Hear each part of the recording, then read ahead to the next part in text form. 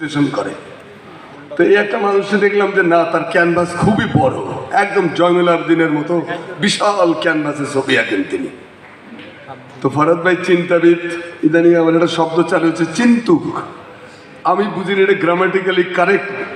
আমি বাংলার শিক্ষক যারা আছেন তারা ভালো বলতে পারবেন। আমার মনে হয় শব্দটা সঠিক না। তাহলে যে গায়ক, তাহলে গাউক